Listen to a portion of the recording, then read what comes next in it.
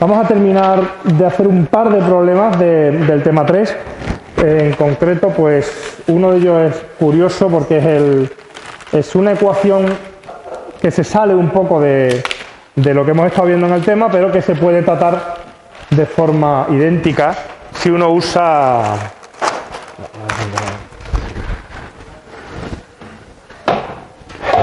Si uno usa un cambio de variables adecuado, y es la llamada ecuación de Euler, que aparece en el ejercicio 7. ¿Vale? Voy a encender aquí la luz.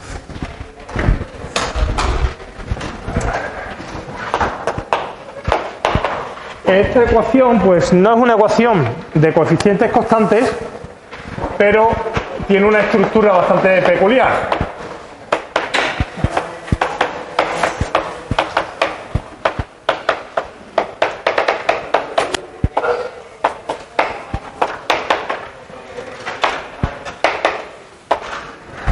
¿Vale? Fijaros que aquí los A son coeficientes constantes, pero junto con ellos hay un término polinomial de orden n correspondiente a la derivada, al orden de la derivada. Es decir, que la derivada de orden n está multiplicada por x elevado a n, la de n menos 1 por x elevado a n menos 1, la derivada primera por x y la derivada de orden 0 por nada. O sea que el coeficiente, digamos, sigue una regla bastante peculiar. Esta es la llamada ecuación de Euler. Y bueno, pues una ecuación de coeficientes no constantes, pero es muy particular y permite que haciendo un determinado cambio de variable, que vamos a ver cómo funciona, se convierta en una de coeficientes constantes. Y eso es un poco lo que pide el ejercicio. Probar que en el caso, esto es válido para cualquier orden, pero en el caso 2, pues me dicen que compruebe que el cambio x igual a e elevado a t, ¿vale? Donde observar, aquí la función es y, x es la variable independiente, estoy cambiando solo la variable independiente. O sea que básicamente lo que estoy diciendo es que la función y de x ahora va a ser una función y de e elevado a t, que nosotros vamos a renombrar como i mayúscula de t. O sea que cambio la variable, no cambio la función, no hay un cambio de función, sino solamente de variable independiente. Y bueno, pues me dicen que para el caso de n igual a 2, pues mire a ver qué tipo de ecuación de coeficientes constantes tiene que quedar, pues va a salir. En general, en el caso n, pues el procedimiento sería el mismo, lo que pasa es que lógicamente pues un poco más engorroso, ¿vale? Entonces, bueno, pues voy a coger la ecuación de orden 2, que sería pues, un cierto coeficiente a sub 2 por x cuadrado por y segunda, un coeficiente a sub 1 por x por y prima, y un coeficiente a 0 por y igual a 0. Y voy a cambiar x igual a e elevado a t en esta ecuación, lo cual induce un pequeño truco que es realmente toda la historia que tiene el problema. La historia es la siguiente: como x es elevado a t, lógicamente t es el neperiano de x, ¿vale? Y voy a hacer lo siguiente: y', lo que llamamos nosotros y', no es más que la derivada de y con respecto a la variable original x. Para hacer aparecer la variable en t voy a hacer el pequeño truco que es básicamente la regla de la cadena, que esto es la derivada con respecto a t por la derivada con respecto a x, de t con respecto a x.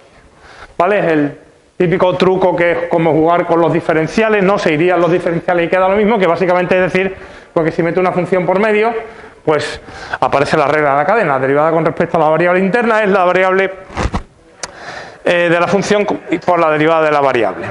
¿Vale? Y ahora observar que como la derivada de t con respecto a x la puedo calcular aquí fácilmente, esto sería 1 partido por x, ¿vale? Aparecería algo así, y en términos, fijaros, de t, pues esto es realmente 1 partido e elevado a t por la derivada de y con respecto a t, ¿vale? O sea que lo que tengo es esto, que la derivada de y con respecto a x es 1 partido elevado a t por la derivada de y con respecto a t. Y ahora voy a calcular la derivada de segunda con un pequeño argucia. Esto es la derivada segunda de y con respecto a x dos veces, que no es más que la derivada con respecto a x de la derivada con respecto a x. ¿Vale? Y ahora observar que la derivada de y con respecto a x nos ha salido esencialmente 1 partido elevado a t por la derivada de y con respecto a t. O si queréis, la derivada de algo con respecto a x nos ha salido esta expresión en la que el algo aparece ahí. Entonces aquí tengo la derivada con respecto a x de algo Y esa derivada de y con respecto a x, ese algo es la derivada de y con respecto a x. Entonces fijaros que la derivada con respecto a x de este paréntesis es 1 partido por elevado a t por la derivada con respecto a t del paréntesis. Pero el paréntesis a su vez es 1 partido elevado a t por la derivada de y con respecto a t. Ahí es donde está digamos el truco, la jugada, la forma de pasar de unas derivadas a otras. ¿Esto está claro? Y ya, bueno, pues ya está todo en t, ya simplemente aquí tengo la derivada de un producto, la derivada de un producto va a ser, bueno, este sería el elevado a t que está fuera, la derivada del producto sería la derivada del primero, esto es e elevado a menos t, que deriva como menos e elevado a menos t, por el segundo sin derivar, más 1 partido elevado a t, por la derivada con respecto a t del segundo, que no es más que la derivada respecto de la derivada segunda de y con respecto a t dos veces. Daros cuenta de que el 1 elevado a menos t es 1 partido elevado a t, con lo cual puedo sacarlo factor común y queda 1 partido elevado a 2t por la derivada de y con respecto a t más la derivada segunda de y con respecto a t dos veces. Si introduzco la notación en mayúscula, es decir, que la función y cuando la escribo con respecto a t la escribo como una función mayúscula, en mayúscula, pues esto sería 1 partido elevado a 2t, aquí aparecería la y segunda, perdón, aquí me he comido un menos, ¿vale? Ese menos de ahí, menos la y'. Y esta de aquí, pues es 1 partido elevado a t por la y'. ¿Vale? Introduciendo en la ecuación, pues fijaros lo que queda. Queda a sub 2, ¿vale? En esta ecuación ahora, a sub 2 por x al cuadrado, pero claro, x al cuadrado, como x es elevado a t, pues quedará como e elevado a 2t, por y segunda es lo que tenemos aquí, es 1 partido elevado a 2t, por y segunda mayúscula menos y', más a sub 1 por x, pero a sub 1 es e elevado a t, perdón, a sub 1 x es e elevado a t, y prima es 1 partido elevado a t por la y mayúscula prima, y a sub 0 y en x o y en t es la misma función, esencialmente una está escrita en t, otra está escrita en x, así que pondríamos ahí a sub 0 de y de t, y este es 0. Y claro, pues aquí los se marchan y queda efectivamente una ecuación de coeficientes constantes, que aquí sería pues a sub 2 por y segunda, en y' tengo un a sub 1 menos un a sub 2,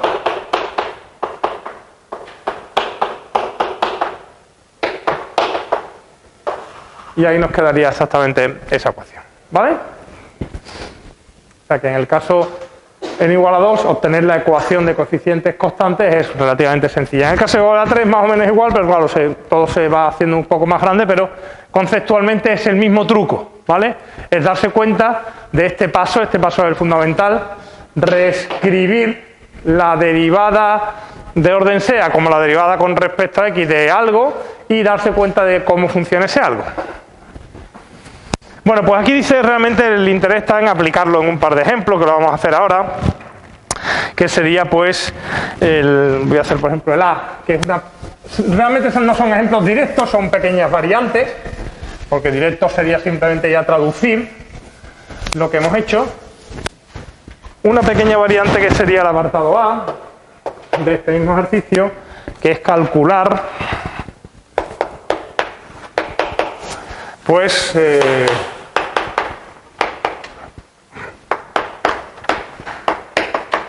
la solución de esa ecuación, ¿vale?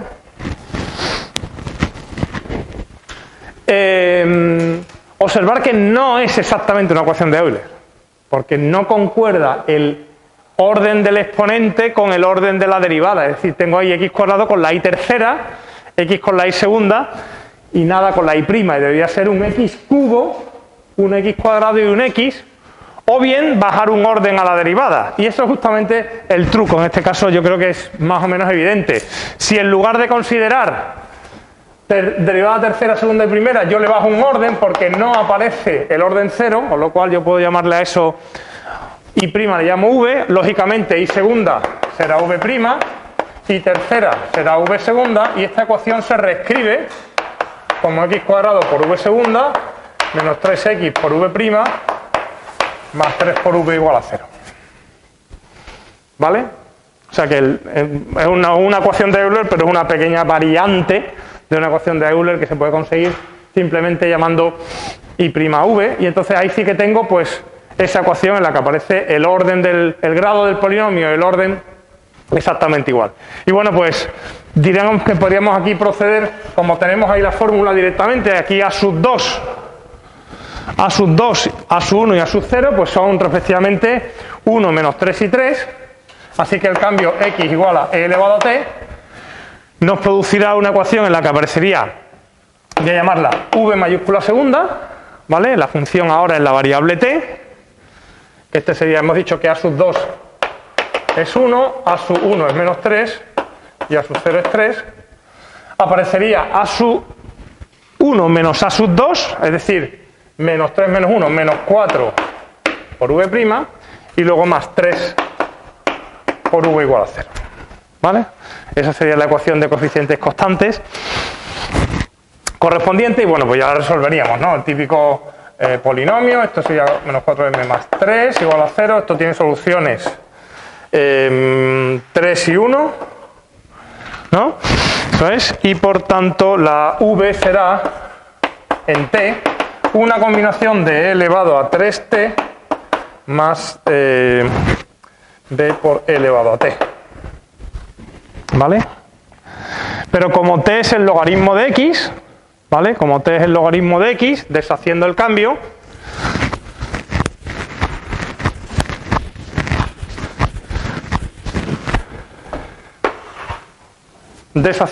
lo que tendremos es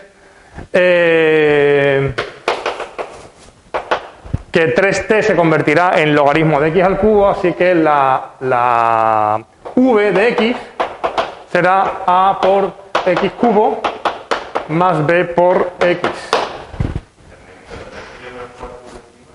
¿Perdón? Del a sub 1 menos a sub 2.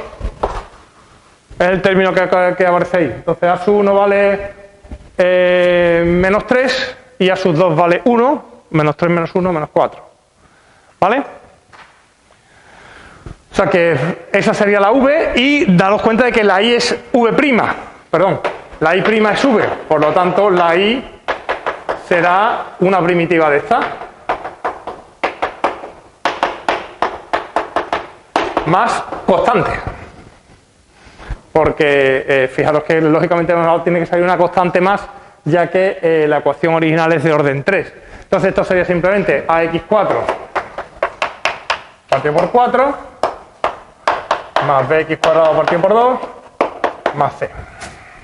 En realidad el que llamamos a partido por 4 o simplemente a da lo mismo, así que digamos que la puedo reescribir como una constante por x4 más otra constante por x cuadrado más otra constante. Esa sería la solución general de la ecuación de grado de orden 3 que aparece ahí, lógicamente dependiendo de 3 constantes. ¿Vale? Ok. Y vamos a hacer también el b por, bueno, pues aquí me he usado directamente la fórmula que nos provee el problema, porque la hemos deducido. En el ejemplo siguiente, pues es una pequeñísima variante también, que introduce pues bueno, una pequeña corrección que hay que considerar. ¿Vale? Entonces el siguiente es el apartado B, una ecuación que no es estrictamente de Euler, en el sentido en el que he definido antes,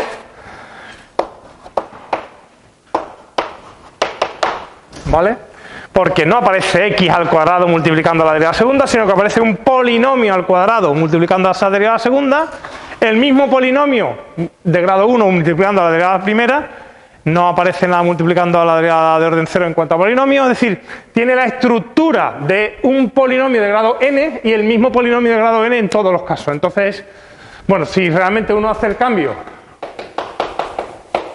esta variable independiente por una t, pues entonces sí que le quedaría una ecuación de Euler. Pero claro, al meter ese cambio aparece una derivada, cuando haga uno la derivada con respecto a t aparece un 5, ¿vale? Por la derivada con respecto a x, entonces hay que tenerlo cuidado con el cambio, así que lo que voy a hacer es directamente hacer el cambio de la ecuación de Euler. Voy a hacer ese cambio para que eso me dé lugar a una de coeficientes constantes. Lo que pasa es que los coeficientes ahora no corresponden a la fórmula que hemos hecho antes, porque están alterados por el cambio. En lugar de x tengo 5x más 2, y eso hay una pequeña diferencia. De hecho, daros cuenta que si uno hace aquí cuánto vale t, pues esto es el logaritmo de 5x más 2, y por tanto la derivada de t con respecto a x no sale 1 partido por 5x más 2, sale 5 partido por 5x más 2. Ese 5 multiplicando hay que arrastrarlo, así que lo que voy a hacer es reproducir, igual que antes, el mismo cálculo, y así pues lo recuerdo cómo funciona. Es relativamente simple, es escribir la derivada de y con respecto a x como la derivada con respecto a t por la derivada de con respecto a x. Y esto es, hemos dicho 5 partido 5x más 2, o lo que es lo mismo, 5 partido elevado a t por la derivada de y con respecto a t. ¿Vale? O sea que no es exactamente igual que antes, por eso esa pequeña diferencia hay que tenerla en cuenta. Y la derivada segunda, que es la derivada de la derivada, pues repito la historia. La derivada de y con respecto a x aparece como 5 partido elevado a t por la derivada de y con respecto a t. Entonces la derivada con respecto a x en realidad no es más que 5 partido elevado a t por la derivada con respecto a t, ¿vale? Ese es el papel que hace la derivada con respecto a x, pero la derivada con respecto a x de esto que a su vez es 5 elevado a t por la derivada de y con respecto a t. ¿Vale? Ese es el truco, digamos, que hay. Lo reescribo y ya lo tenéis, bueno, lo dejo indicado porque tampoco tiene mayor historia, pero esto ya es sencillo. Esto sería 5 partido elevado a t, esto es derivada de un producto, una vez más, será menos 5 elevado a menos t, derivada de y con respecto a t, más 5 elevado a t, derivada segunda. Y sacando factor común, el 5 partido elevado a t, me aparecerá un 25 elevado a 2t, derivada segunda de y con respecto a t, 2 veces menos derivada primera con respecto a t. Si vuelvo a la notación en mayúscula, esto sería 5 partido elevado a t por y' y esto sería 25 elevado a t por y segunda menos y'. O sea que en la ecuación nos quedaría, daros cuenta de que 5x más 2 es e elevado a t, por tanto 5x más 2 al cuadrado es e elevado a 2t, por la y segunda que es 25, aquí me he comido un 2, e elevado a 2t por y segunda menos y', más 3 por 5x más 2, que vuelve a ser elevado a t, por la y' minúscula, que será 5 partido elevado a t por y', menos 3 por y, igual a 0, y ya ahí cancelamos. Y si queréis ya resolvéis, ya no me entretengo en terminarlo, porque una ecuación de segundo orden ya trivial, no tiene mayor historia, luego se hace el cambio y listo. ¿Vale? El tercer apartado os lo dejo a vosotros porque hay que ir, si os fijáis, es una ecuación de Euler, pero en este caso de orden 3, por lo tanto hay que hacer la derivada tercera, pues intentar pensar cómo ajustar, cómo hacer este truco con el que pasamos de aquí a aquí, ¿vale? En el caso de la derivada tercera, ¿vale? Simplemente pensarlo y probarlo vosotros, no es difícil, ¿vale? Ok, y voy a terminar con un ejercicio que es un poco engorroso de cálculo, pero bueno, es curioso y también tiene algún detalle interesante. Es el ejercicio 9 del puenting, ¿vale? ¿Habéis hecho puenting alguna vez? ¿Alguno? ¿Nadie se ha tirado un puente? ¿No? Fue una experiencia interesante, lo recomiendo. Esta es una versión del puenting. De hecho, esta no es lo que nosotros llamamos puenting. Esto es lo que los ingleses llaman bungee, porque se hace con una cuerda elástica completamente, a diferencia del puenting clásico. El puenting clásico se hace pues desde un puente. Esto no necesita ningún puente realmente. El puenting clásico, si uno mira el puente, la plataforma del puente y uno se tira por aquí, lo que se hace es atar una cuerda al otro extremo del puente, pasarla por abajo y engancharla, de manera que antes de tirarte se tensa, y cuando te tiras lo que haces no es realmente una caída libre, sino que haces un péndulo, ¿vale? De manera que no hay tirón. Entonces eso no necesita una cuerda elástica, se usa cuerda dinámica de escalada, pero no es una cuerda que se estira y tú no notas tirón porque te tiras y realmente vas hacia atrás. La sensación es la misma, pero bueno, no es la misma exactamente, pero prácticamente es inapreciable, o sea, la sensación es la de caída. Pero este modelo de aquí es el típico bungee, en el que se hace desde una grúa o desde una plataforma, ¿vale? En la que el tipo se tira, pero la cuerda está aquí enrollada o simplemente agrupada, y entonces cuando te tiras, la cuerda se estira y la cuerda es elástica. Entonces cuando la cuerda alcanza su longitud, entonces se estira aún más y luego empieza ya a botar ahí. Entonces realmente, si os fijáis, tiene dos fases. Tiene una primera fase en la que la caída es libre. No hay cuerda, digamos, que te esté sujetando, porque la cuerda está sin tensión. Entonces, a todos los efectos estás en caída completamente libre. En el otro no, en el otro siempre tienes la cuerda en tensión. En el otro haces un péndulo. Con lo cual, hay un trozo del fenómeno del bungee en el que la caída es libre, no hay cuerda. Y una vez que has alcanzado la longitud de la cuerda, entonces cuando la tensión elástica de la cuerda empieza a hacer su efecto. Se deforma, llega hasta su deformación máxima y luego ya comprime, ya hace efecto muelle realmente, ¿vale? Con lo cual, el modelo sigue una cosa de este estilo, donde esta función x menos L más justamente hace ese papel de que hay un tramo de caída libre y un tramo de tensión de la cuerda. Esta función vale x menos L, si x menos L es mayor que 0, y vale 0 si x menos L es menor que 0. ¿Vale? De manera que no está activa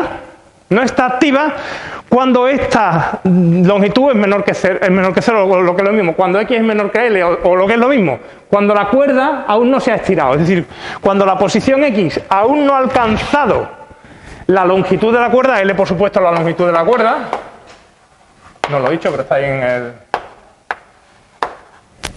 en el ejercicio, y bueno, pues K es el coeficiente elástico de la cuerda y M es la masa, ¿vale? Pues cuando aún no hemos alcanzado la longitud de la cuerda, estamos en caída libre, es decir, este término no aparece y estamos resolviendo simplemente la ecuación x segunda igual a g, que ya lo vimos. Por supuesto, un sistema simplificado en el que no he introducido la velocidad de fricción, no hay velocidad de fricción, con lo cual en realidad el modelo no es exacto. Pero para lo que se pretende, que es lo que vamos a ver ahora, sí que funciona. Y una vez que la longitud, la posición ha alcanzado la longitud de la cuerda, pues entonces ya empieza a actuar la cuerda y aparece el término del tipo K por, en este caso, x menos L, o la distancia esta, que es la elongación que está teniendo en ese momento la cuerda, ¿vale? Lo que se pretende aquí es averiguar cómo tiene que ser la longitud de la cuerda y el coeficiente y la masa. Bueno, en este caso dan una masa, pero yo lo voy a hacer en general, para que obviamente no nos choquemos con el suelo. De hecho, el bungee, pues típicamente pues se hace eso desde una grúa. Normalmente te pesan arriba para calibrar la longitud de la cuerda que te tienen que poner, para darte más o menos tensión, más o menos cuerda, y para que, lógicamente, no llegues al suelo antes de que la cuerda haya alcanzado la máxima tensión, ¿vale? En los sitios así ya más extremos se hace sobre el lecho de un río y te lo calculan para que metas la cabeza en el agua, ¿vale? Simplemente solo la cabeza, no todo el cuerpo. Hay experiencias de todo tipo hoy en día. Entonces, lógicamente, calibrar la cuerda que tenemos, la longitud de cuerda que voy a usar, si conozco el coeficiente de la cuerda, calibrar la longitud de la cuerda hace que, bueno, pues no te quedes demasiado lejos del suelo, te aproximes al suelo, pero no llegues al suelo. Si llegas al suelo no tiene gracia. Es mucho más seguro este puenting. Si vais a hacer puenting os recomiendo este, pues mucho más seguro, pues este no tiene fallo. Este simplemente, si la altura del puente es mayor que el ancho de la plataforma, no tiene riesgo ninguno, salvo que alguien no ate la cuerda oportunamente. Además, es un deporte de riesgo en que no depende de uno, depende del que lo monta, con lo cual uno no puede equivocarse, se pueden equivocar los demás, pero uno no. Si te matan no es culpa tuya, es culpa del otro. ¿Vale? En ambos casos, de hecho, ¿no? Bueno, pues vamos a ver cómo resolvemos el problema y qué condición habría que poner para que efectivamente no lleguemos al suelo, ¿vale? ¿Cuál es la condición para no llegar al suelo? Plantear el problema no es difícil, pero tiene un detalle curioso. Fijaros que en realidad estamos resolviendo dos problemas. El problema de caída libre, cuando este término es cero, no está actuando, entonces es el problema. Y el problema en el que ese término sí actúa y entonces actúa tal cual, como x menos l. ¿Vale? Ahora bien, ¿qué condiciones hay que poner aquí? Inicialmente las condiciones que nos da el problema son que, bueno, aquí estamos midiendo la longitud hacia abajo, es decir, parto del cero y lo que hago es la distancia hacia el suelo sería x positivo, ¿vale? X de 0 y x' de 0, esto significa que no me impulso, sino simplemente me dejo caer. Lógicamente eso actúa aquí, en el momento de caída libre. Porque además esta función, ¿vale?, actúa al principio. La función 0 es la que está actuando al principio porque la cuerda todavía no se ha estirado. Por lo tanto, las condiciones iniciales para el problema de caída libre son estas. Pero claro, esas condiciones iniciales ahora aquí no valen, ¿vale? Porque esas condiciones iniciales son en el tiempo inicial. Pero cuando empieza a actuar la segunda parte de la ecuación, cuando la cuerda empieza a tomar tensión, tú ya no estás en el instante inicial, tú ya has bajado una longitud. Concretamente, ¿cuánto? Bueno, pues claro, aquí lo que tiene que ocurrir es que este problema empieza a actuar justamente cuando la x ha alcanzado la longitud L. Para un cierto instante, pongamos aquí t sub 0, en el que x vale L. ¿Vale? ¿Sí? ¿Eso queda claro? O sea, eso empieza a actuar justamente en el instante en el que la cuerda ya se ha extendido completamente y ahora va a empezar a actuar el problema. Así que el instante inicial t sub 0 lo tengo que averiguar. Y además es un problema de segundo orden, necesito un dato para la derivada. ¿De dónde lo saco? Bueno, pues lo que voy a hacer es algo muy lógico. Voy a hacer continuidad y derivabilidad de la función. Este problema lo puedo resolver fácilmente, este es trivial de resolver, integro dos veces y me quedaría que x de t vale g por t cuadrado partido por 2. Bueno, si integráis más k sub 1 por t más k sub 2, las constantes, pero para x de 0 igual a 0, la constante k sub 2 vale 0, y para x' de 0 igual a 0, la constante k sub 1 también vale 0. O sea que realmente en la solución del primer problema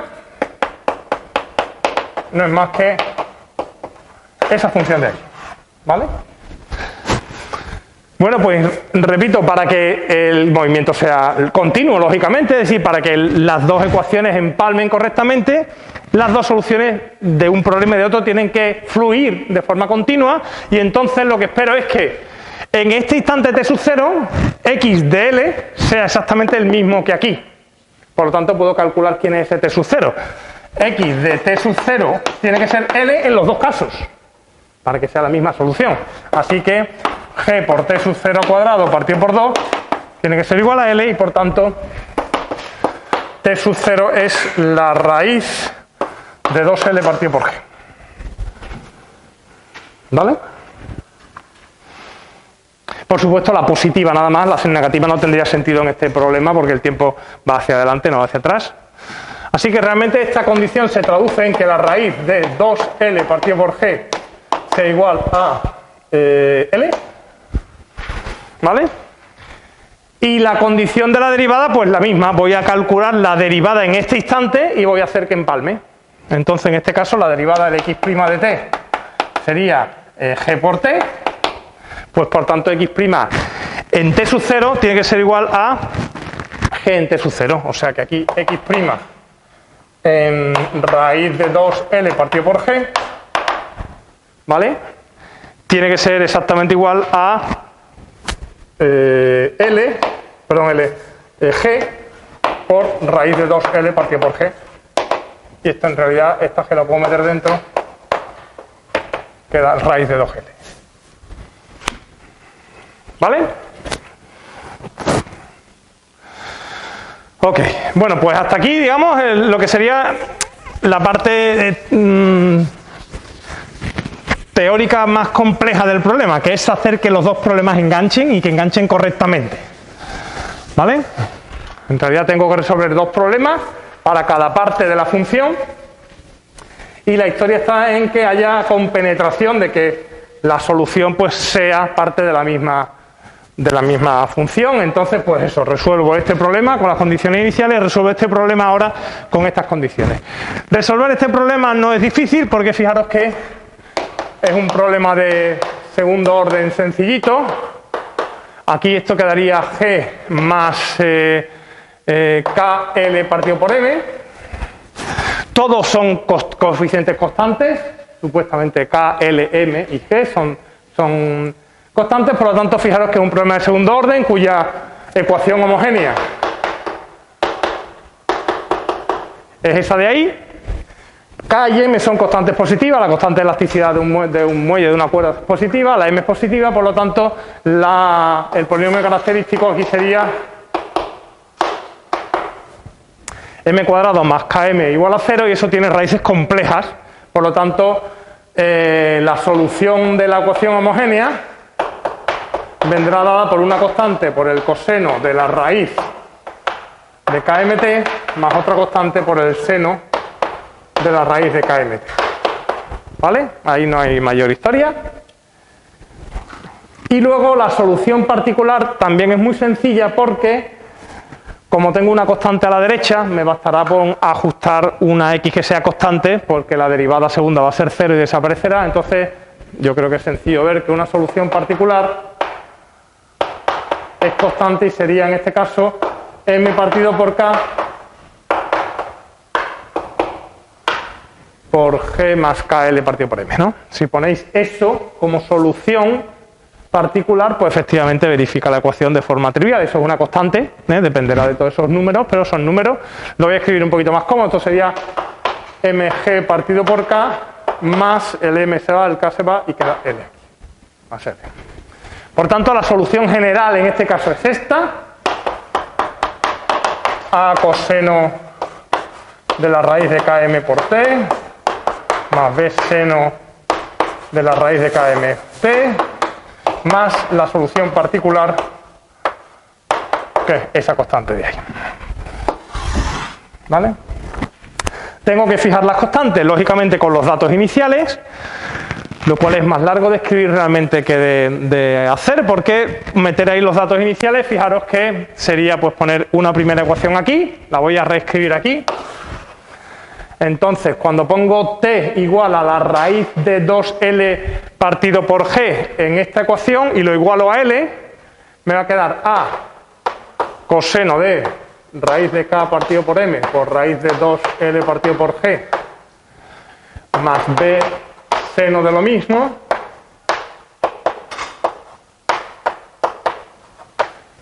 y voy a pasar al segundo miembro todo lo que es constante. Entonces aparecería esto igual a L, las L se van y queda menos mg partido por K. Esa sería la condición primera, esta es la condición esta. ¿Vale? Y la condición siguiente es la derivada, entonces ya primero calcular aquí la derivada. Esto será simplemente menos A por el seno de la raíz de K mt por la raíz de K partido por M más B coseno de lo mismo más nada más que es constante. ¿Vale?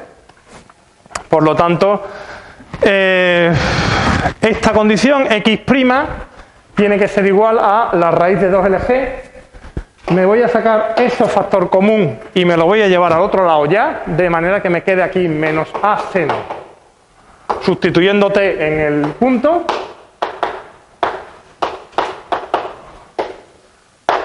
más B coseno por lo mismo,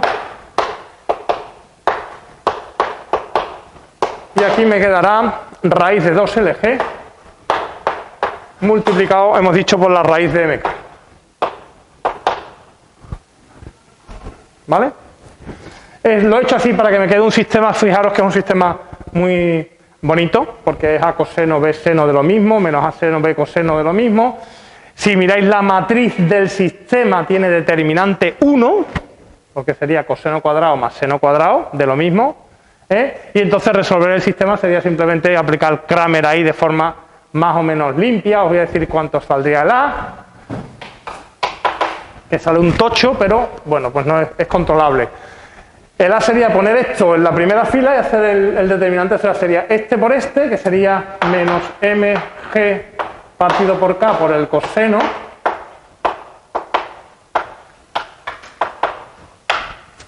¿vale? Y luego sería menos este por el seno,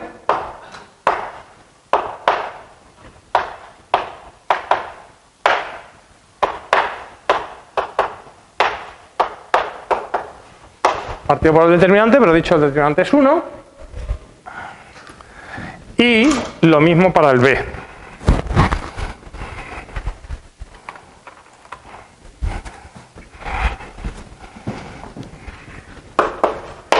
El B aparecería, pues en este caso, pues poniendo esta fila por este, entonces quedaría este por este, que es raíz de 2 LG raíz de M partido por K por el coseno,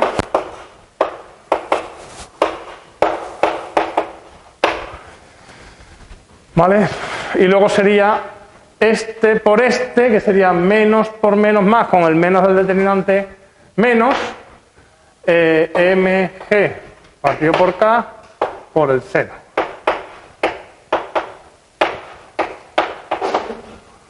¿Vale? Eso sería el A y el B, lo incorporaremos en la solución y tendríamos la solución. Bien, bueno, estos ya son cálculos, ya digo, es más largo de escribir realmente que hacer, todo es relativamente automático, pero la idea, ¿cuál es? La idea es saber qué longitud le tengo, si yo conozco, por ejemplo, el coeficiente, la masa y por supuesto la gravedad, qué longitud le tengo que poner a la cuerda para que no llegue al suelo. Si yo tengo una cierta altura, ¿vale? Si yo tengo una cierta altura desde donde estoy tirándome, pues voy a hacer los cálculos para que esa altura no se sobrepase. Entonces, ¿qué tengo que considerar? Pues tendré que coger mi solución, donde el A y el B ya los tenéis ahí calculados, ¿vale? Y ver cuándo esto es máximo, ¿vale? Para evitar que no llegue a ese máximo, pues sencillamente buscaré qué valor de L hace que no llegue al suelo, exactamente. ¿De acuerdo? Entonces la idea sería ahora buscar el máximo de esa solución. Y aquí voy a hacer un pequeño truco que tiene, bueno, pues si aquel es un ejercicio realmente de cálculo 1 simpático, y es que si uno mira esta función, esta es una función peculiar, la voy a reescribir más fácilmente, el A y el B los conozco, ¿vale? Pero voy a buscar el máximo de una forma peculiar porque, bueno, pues es una función que tiene el máximo de forma simple. Si consideráis esta función,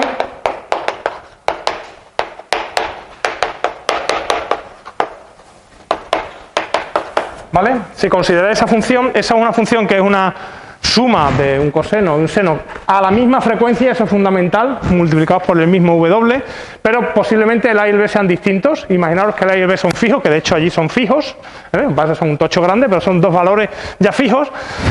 Encontrar el máximo de esa función es relativamente sencillo porque, bueno, uno calcula la derivada igual a 0, es como haríamos el máximo y de hecho el mínimo también, y entonces aquí saldría menos A seno de W de X por W más B coseno de WX por W, eso debe ser 0. Si me llevo seno y coseno a un lado y el resto al otro, fijaros que aparecerá que el seno de W de X partido por el coseno de W de X tiene que ser igual a BW partido a W, o lo que es lo mismo B partido por A, ¿vale? Y por tanto la tangente de WX es B partido por A, o lo que es lo mismo, el x es 1 partido w del arco tangente de b partido por a. ¿Vale? En ese punto se alcanzará. Ahí en realidad todo dependerá, fijaros que aquí realmente hay dos valores de tangente, porque si el b y el a son positivos, aquí aparecería un ángulo en el primer cuadrante y un ángulo en el tercer cuadrante. Uno va a ser el máximo y otro el mínimo. Me voy a preocupar nada más que de uno, ¿vale? Y lo mismo, si uno es positivo y el otro es negativo, pues aparecerán ángulos en el segundo y en el cuarto, porque la tangente tiene dos valores de solución. Por lo tanto, uno corresponde a los máximos y otro a los mínimos, ya que estamos calculando derivada igual a 0. ¿Vale? Bueno, pues permitidme que haga un pequeño truquito aquí muy simple, que es evaluar la función en ese punto. ¿Vale? Entonces, al evaluar la función en este punto, el f de este punto, que sería f de 1 partido w al cotangente de a, al sustituir aquí va a quedar a por el coseno del arcotangente de b partido por a más b por el seno del arcotangente de b partido por a. Desaparecen las frecuencias, esto es independiente de la frecuencia. Y ahora voy a hacer daros cuenta de que los cosenos, los senos, las funciones trigonométricas están relacionadas, pues entonces voy a hacer un pequeño truquillo aquí barato de trigonometría, sencillo, que me va a permitir escribir eso de forma muy fácil y por tanto extenderme cómodamente. Entonces, fijaros, si yo hago esto, el seno del arcotangente de b partido por a partido el coseno del arcotangente de b partido por a, lo que estoy haciendo es la tangente del arcotangente. O sea, b partido por a. ¿Vale? Eso ya lo sabíamos. Pero es que si lo eleváis al cuadrado, tendría que el seno al cuadrado permitirme que ponga z en lugar del arcotangente de b partido por a para no arrastrar tanta voy a llamar z al arcotangente por abreviar. ¿Vale? Si lo elevo al cuadrado, esto me quedará al cuadrado. ¿Vale? Y como el coseno es 1 menos el seno cuadrado, voy a tener una relación sencilla que me dice que el seno al cuadrado de esto es b cuadrado partido por a cuadrado por 1 menos el seno. ¿Vale? Esta relación trigonométrica sencilla. Si me llevo el seno toda la primera parte, me va a quedar 1 más b cuadrado partido por a cuadrado, y aquí me quedará un b cuadrado partido por a cuadrado. O lo que es lo mismo, esto es b cuadrado partido por a cuadrado y esto es 1 más b cuadrado partido por a cuadrado. Si el a cuadrado que está arriba lo pasáis abajo, no más que queda b cuadrado partido a cuadrado más b cuadrado. ¿Vale? El coseno, que es 1 menos eso, el coseno al cuadrado, 1 menos el seno cuadrado, por tanto es 1 menos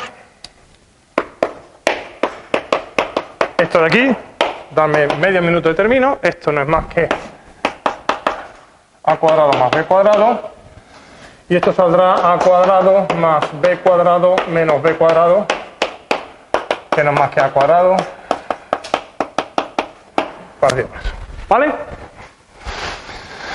O sea que el seno al cuadrado tiene esa expresión en términos de a y de b, el coseno al cuadrado tiene esa expresión en términos de b, solo estoy usando funciones trigonométricas básicas, ¿vale? Por tanto, fijaros que esto de aquí, que era por donde iba, que quería evaluar el seno y el coseno en esos puntos, pues sale a por el coseno, que es la raíz de aquello, ¿vale? Porque eso es el coseno cuadrado, o sea que sale a por la raíz de a partido a cuadrado partido a cuadrado más b cuadrado, más b por el seno, que vuelve a ser la raíz de todo eso,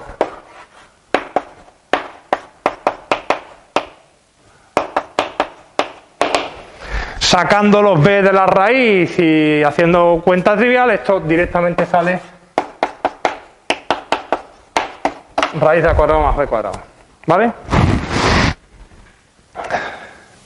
Básicamente lo que me dice el resultado, si queréis, es que esta función alcanza el máximo en ese valor, ¿vale? Alcanza su máximo en ese valor, en la raíz de a cuadrado más b cuadrado. Y bueno, jugando con, aquí realmente he usado la raíz, me estoy comiendo las negativas, porque las negativas sería donde se alcanza el mínimo, ¿vale? Ahí sería donde se alcanza el mínimo, o sea que realmente no... Pero bueno, me preocupa el máximo. ¿Por qué hago eso? Pues porque mi función, fijaros que es de ese estilo. O sea que esta función es algo por el coseno más algo por el seno. Sabemos que el máximo de esa función se alcanza en raíz de a cuadrado más b cuadrado. Ojo, aquí hay un término adicional, pero como es una constante, pues sencillamente el máximo se alcanza en ese valor más la constante. Bueno, pues ya con esto termino. Si consideráis los valores de a y b que he calculado antes y calculáis la raíz, o sea, el máximo de x,